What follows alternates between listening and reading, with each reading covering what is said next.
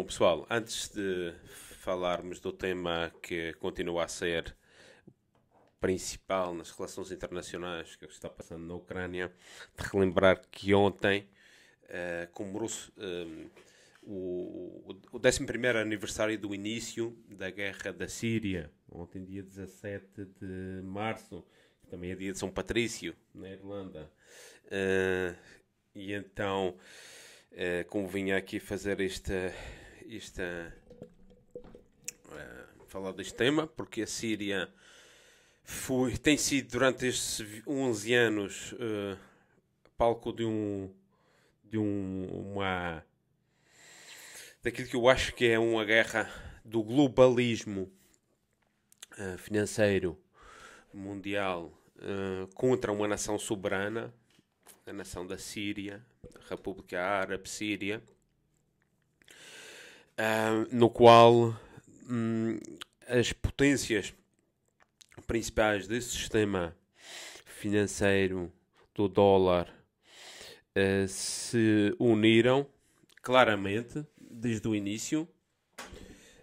Aqui temos os Estados Unidos, temos a Grã-Bretanha, temos a França, sem surpresas, ao qual a Alemanha teve grandes responsabilidades no envolvimento a seguir a favor da deposição do governo legítimo de Bashar al-Assad, e depois da Turquia, obviamente, como membro da NATO, a antiga potência colonial, mas também da Arábia Saudita, com os seus interesses religiosos, e o Qatar, do patrocínio de toda a parte religiosa de grupos terroristas, de cariz salafista, e de Israel, país que ocupa ainda hoje territórios ilegalmente, no qual ainda por cima está expandindo os assentamentos ilegais nas colinas do Alto do Golã. Portanto, aqui houve uma série de potências importantes que patrocinaram desde o início. Naquela altura havia o grupo dos Amigos da Síria, que se reunia em Doha, no Qatar, no qual estão recordados que viajavam lá frequentemente o ministro dos Negócios Estrangeiros inglês, Haig, o alemão, Westerwelle, e esses principais, o John Kerry dos Estados Unidos. Ou seja, essa gente estava muito comprometida, apostada de qualquer forma em retirar aquele regime do Assad, que era visto como um ditador por estas potências, e o terrorismo tomou conta do país. Aqueles que estamos recordados sabemos o que é que se passou ali. E poderia bem ter passado que o país fosse tomado por estes terroristas, não só do ISIS, como do Daesh e outros, Al-Nusra, que era o Al-Qaeda dali do Levante. E para contextualizar aquilo, é preciso ter em conta uma guerra anterior, que foi a de 2003, no Iraque, e o desaparecimento do Saddam Hussein. Porque a partir do momento que o exército iraquiano, que era dominado pelo Saddam, que era sunita, uma minoria no Iraque, era uma minoria, e o país vizinho, Síria, que é um país maioritariamente sunita, mas que tem um governo que é não é bem xiita, são uma facção do xiismo que nem sequer é reconhecida, que são os alauítas, que são quem governa. Mas no Iraque, o exército, que era maioritariamente formado por quadros sunitas de uma minoria, que era afeta ao Saddam Hussein, depois de cair a ditadura do Iraque. E aí é que está as coisas. A ideia de querer expandir uma democracia a países como o Iraque ou como a Síria não tem nada a ver com a democracia como na Europa. E esta ideia do fim da história, esta ideia do Fukuyama, abriu ali uma caixa de Pandora a partir de 2003, porque da desagregação do exército iraquiano nasce exatamente estes grupos, vocês se recordam daquela raposa do deserto, aquele tipo de bigode ruivo. Esse era um sunita que depois era um dos generais principais destes exércitos acho, não sei se era do ISIS ou era de uma outra facção. Havia muitas facções, todas radicais, que exigiam depois a deposição do Bashar al-Assad, porque era apoiado pelo Irão, porque era apoiado pela Rússia, que era apoiado por xiitas e por ortodoxos, e então daí veio uma guerra que foi aproveitada também para trazer o tema religioso, que não tinha porque aparecer ali, porque a maioria da população era sunita. Na realidade, o presidente Bashar al-Assad, a mulher dele também é sunita, e então daí há uma dificuldade que aquele país tem, daqueles sectarismos, como no Líbano. A maioria da população tinha votado nele e ele era o presidente legítimo. Mas aqui havia do interesse da Europa, dos Estados Unidos, aquelas potências vizinhas, por diferentes razões, tirá-lo da cena. Não conseguiram. E porquê é que não conseguiram?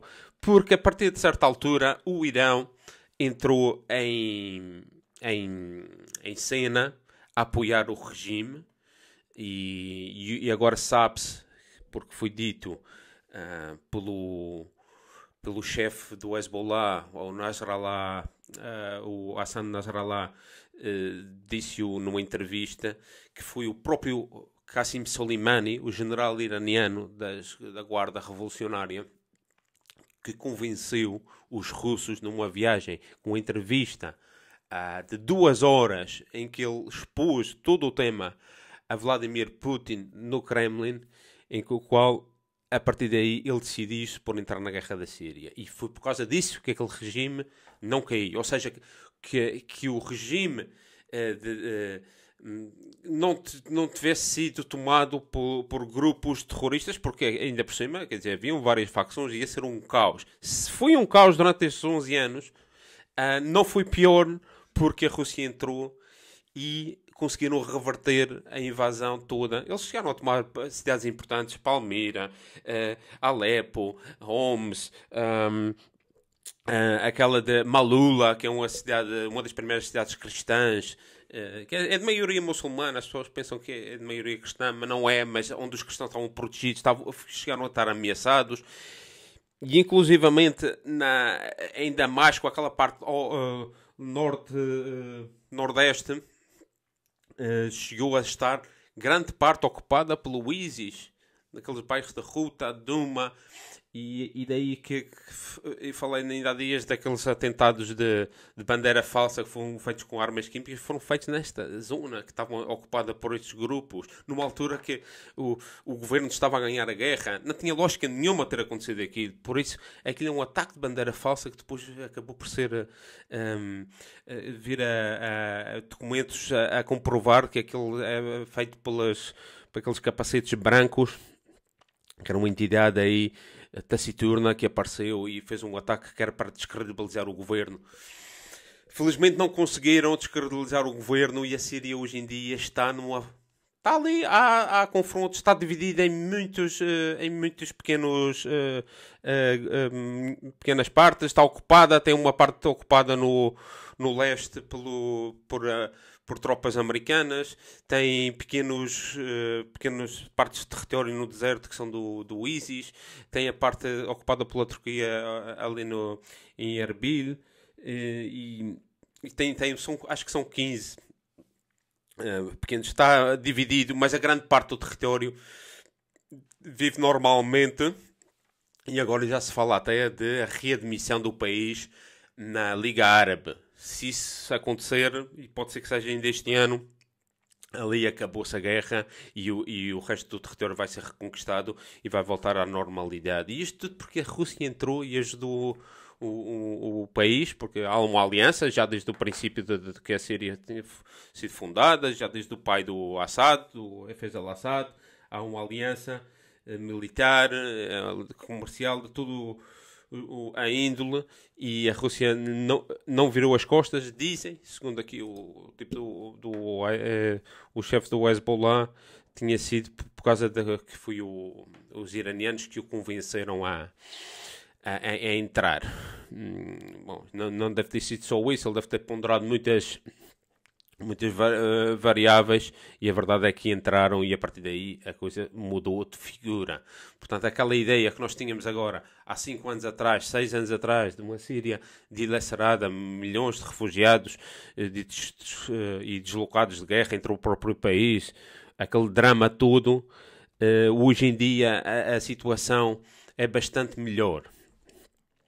Porque entrou o Irão, entrou a Rússia e entrou também milicianos do Hezbollah, do grupo Amal, daqueles grupos xiitas libaneses. Portanto, isto para contextualizar, porque aqui há vários temas em relação à Ucrânia atualmente, e um deles é de que para a semana existe uma cimeira de chefes de Estado dos países da União da NATO, aqui na Europa, em Bruxelas, na sede da NATO, ao qual vem aí o Biden, e eu temo muito que ele venha aqui inflamar a coisa, ou seja, que venha fazer uma espécie de declaração de guerra da NATO contra a Rússia. Ou seja, se eu aqui tento fazer, não fazer mais do que isto é. Há aqui colegas nossos que fazem canais parecidos no Brasil e outros que eu vejo aqui no YouTube, e a fotografia de início é logo um cogumelo nuclear, e eu acho que isso não ajuda, não é produtivo. Banalizar esse tipo de imaginário e de dialética não é. Não é. Eu acho que nós estamos nessa fase, nem é produtivo assustar as pessoas com esse tipo de dialética. No entanto, também não há que esconder a cabeça como um avestruz. A situação é muito delicada nas relações internacionais. E é delicada desde há muito tempo. Eu não vou remontar-me a 2003. 2003 a Rússia não tinha o poder que tem hoje. 2008 a Rússia já tinha avisado que não ia deixar que entrassem nas suas linhas vermelhas. E isto foi na Geórgia. Na altura, o George Bush teve ainda a sensatez de não se meter, e deixaram de dirimir a situação, porque isto tinha a ver com enclaves de maioria russa no território da Geórgia, da Ossétia e da Abcásia. Mas já estava lançado o aviso de que o seu espaço e as suas linhas vermelhas não podiam ser transpostos. Não se fez caso e começou-se uma guerra na Síria, há 11 anos. E foi nessa altura que eu comecei a me preocupar. Ou seja, esta preocupação que eu tenho das relações internacionais, que eu vejo, não vejo a desescalar, bem pelo contrário, vejo cada vez um bocadinho mais, às vezes um bocadinho menos, mas paulatinamente cada vez mais perigosa. Já vem desde há 11 anos. Ou seja, isto aqui não é novo.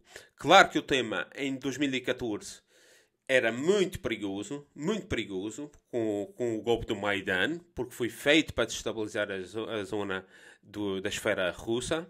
Foi propositadamente, creio eu, aproveitando as diferenças que existem, porque existem diferenças entre os povos ucraniano e russo, e existem muitas coisas também em comum, mas foi tudo aproveitado para escalar, propositadamente. Depois houve as eleições dos Estados Unidos, e nessa altura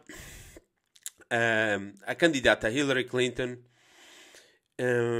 a mim metia-me medo. Metia muito medo, porque ela já tinha dito que ia, por outras palavras, disse que ia atacar a Rússia. E ainda bem que apareceu o Trump, e naqueles 4 anos até a relação entre a Rússia e os Estados Unidos foi a que foi, não escalou. E isto é importante, porque são as duas maiores potências militares do planeta.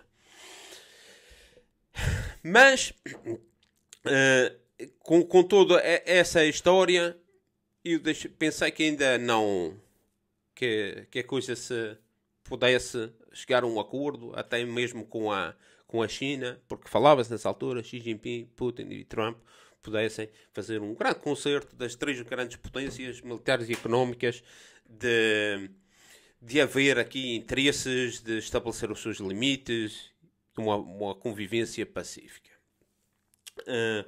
Mas, com o aparecimento do Covid, eu comecei a fazer estes vídeos aqui, e não foi por acaso, porque ainda antes, logo no princípio, ainda não tinha chegado à Europa. Eu fiz os vídeos, fazia na altura para o meu Facebook, também não é a plataforma indicada para estas coisas, e tinha dito, agora entramos numa fase que é o final do mundo liberal como nós o conhecemos. Esqueçam.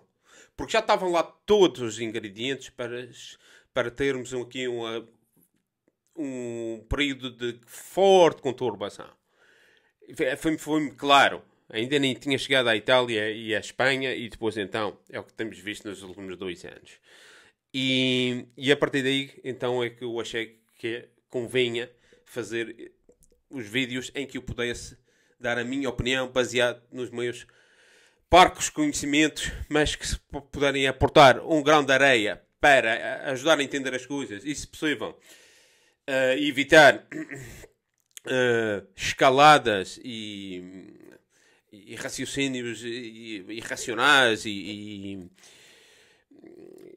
dialéticas que não ajudam a nada. Pois aí, aqui está o meu pequeno grão de areia. É por isso que desde há 2 anos decidi fazer, porque já era, eu via que a coisa não ia pelo bom caminho. E temo muito que as coisas agora vão piorar bastante.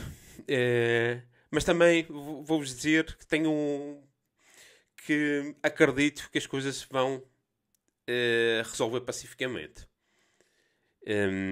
Agora, no entanto, há aqui notícias que são complicadas. Esta semana, o presidente Zelensky da Ucrânia falou pela primeira vez já na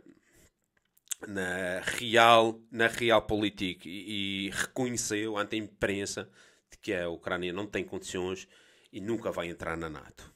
Que era aquilo que era o mais razoável. O que é que aconteceu no mesmo dia? O secretário da NATO, Stoltenberg, veio inflamado para a comunicação social a fazer a anunciar uma reunião de emergência para o dia seguinte dos ministros da Defesa e para a semana dos chefes de Estado da NATO. Porque aí então, se havia alguma dúvida, fica já ali posta de lado de que a NATO quer inflamar, quer escalar o problema da Ucrânia. É a NATO que está por trás deste problema. Porque não admite que a Rússia reconquiste o seu espaço natural e histórico. Em Kiev, a Rússia nasceu em Kiev. Para quem não sabe, a Rússia teve 3 capitais na sua história. Eu acho que durante 3 ou 4 vezes mudou. Kiev foi a primeira, depois Moscou, depois São Petersburgo, depois voltou a Moscou. Não sei se foi 4 ou 5 vezes que foi mudada a capital. Há aqui um livro interessante, um pequeno livro resumido, muito resumido, de um autor alemão do final da Primeira Guerra, a evolução da Rússia. Mas chega até o período já o livro acho que já é de 40 e tal. Sim, é posterior. Acho que até é dos anos 50. Mas já até falam aqui da Conferência de Potsdam. E é interessante porque aqui também explica um pouco a visão dos alemães em relação a... Isto vocês encontram, em Portugal, vocês encontram em alfarrabistas e assim, Livraria Esperança, tipo desse género, por internet.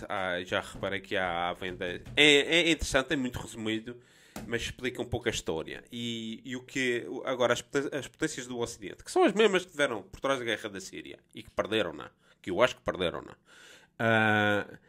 não vão aceitar que a Rússia volte às suas origens ou que tenha na sua esfera de influência a Kiev.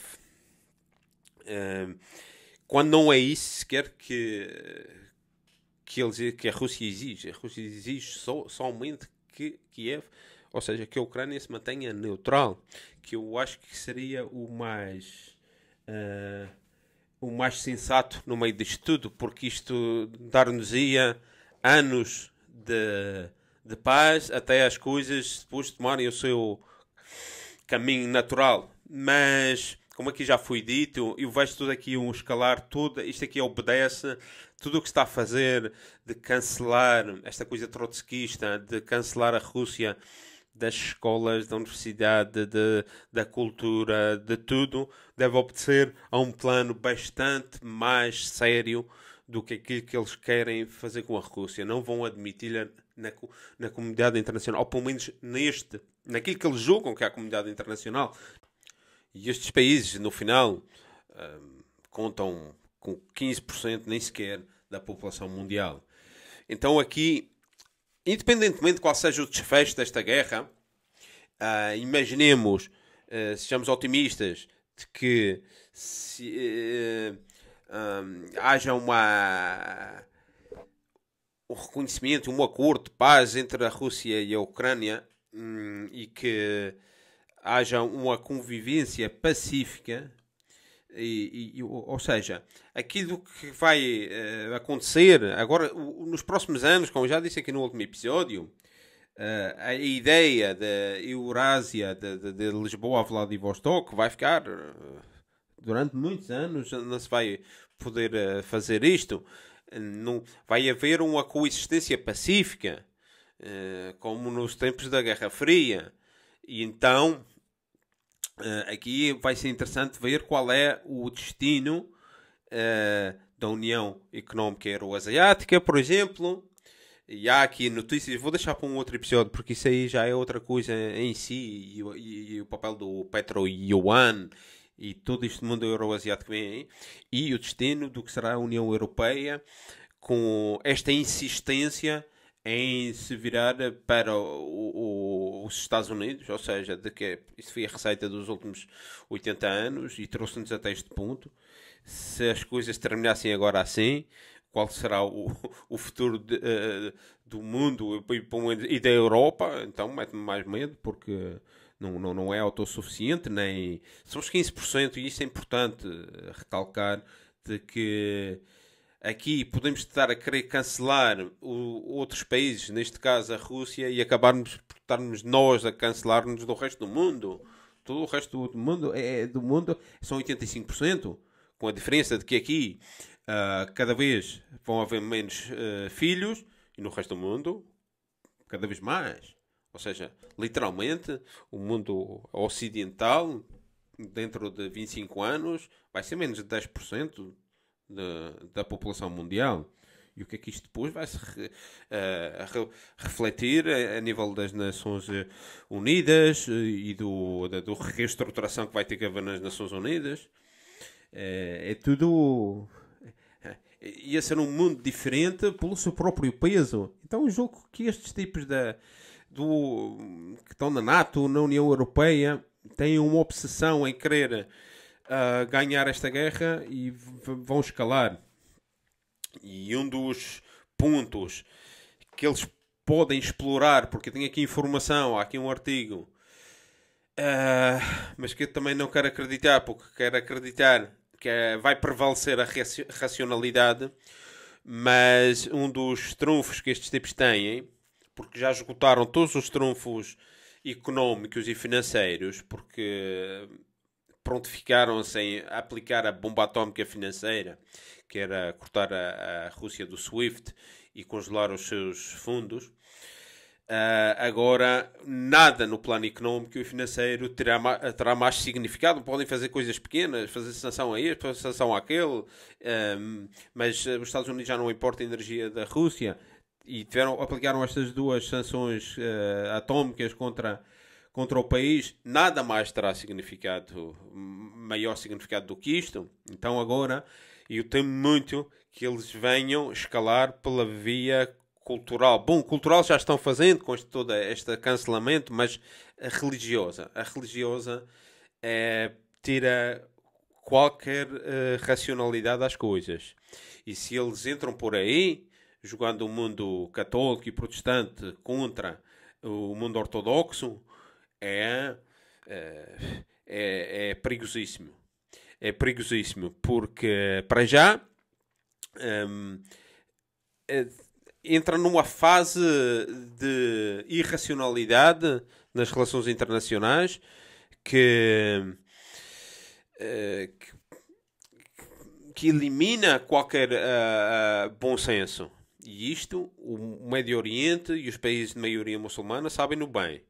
Todo aquele mosaico de culturas, onde há cristãos, onde há muçulmanos, onde entre os muçulmanos há várias facções. A Síria foi um bom exemplo, o Iraque, como isto foi explorado. E isto é explorado por gente, think tanks e todo este mundo do Samuel Huntington, do clash de civilizações, e isto às vezes é feito contra o mundo muçulmano, e quando as coisas mudam de figura, podem chamar os muçulmanos para julgá-los contra o mundo ortodoxo.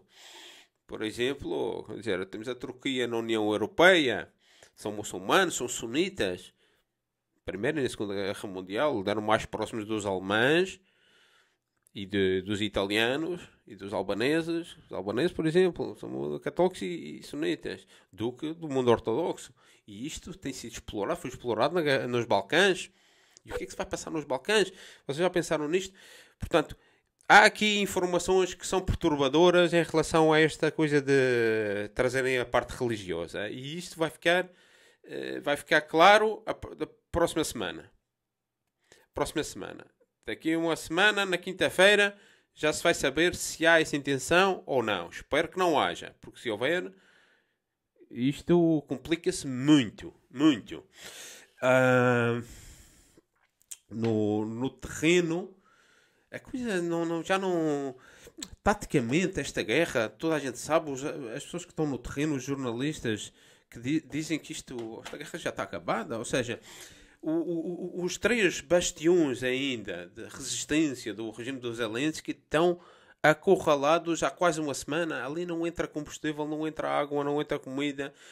Só estão à espera da rendição. Em Mariupol já está praticamente... Já há cenas aqui de batalhões chechenos dentro da cidade a fazer porta a porta. As pessoas, graças a Deus, saíram só ontem, acho que 40 e tal mil pessoas de Mariupol. Muita gente, os civis. Portanto, agora é uma coisa de guerrilha, e foram chamar gente da Ossétia, voluntários da Ossétia, voluntários sírios, que agora têm experiência de porta a porta e tudo isso. Ou seja, a rendição, quer dizer, é previsível. Em Kharkiv também já estão a fazer incursões na cidade. E depois Kiev que é mais, pronto, está mais blindada, mas se rendem Mariupol e Kharkiv, acabou-se. Ou seja, portanto, o Zelensky tem esta coisa, veio esta semana já a falar da possibilidade. Falam que há 15 pontos em que os russos, alguns não cedem, porque exigem o reconhecimento das repúblicas como independentes. Também não entendo isso. Porque é que não exigem que a Constituição seja federalista e que naquela federação os direitos que sejam russos com uma autonomia bastante alargada? Eu não sei. Não sabemos também destes 15 pontos. Isto são negociações que já vêm na quarta ronda. A quinta ronda deve ter lugar nestes dias agora. E era bom que isto fosse firmado, assinada, a paz, um acordo entre as duas partes, antes de que a NATO venha para aqui para a Europa a escalar. Porque sabemos que eles vêm escalar.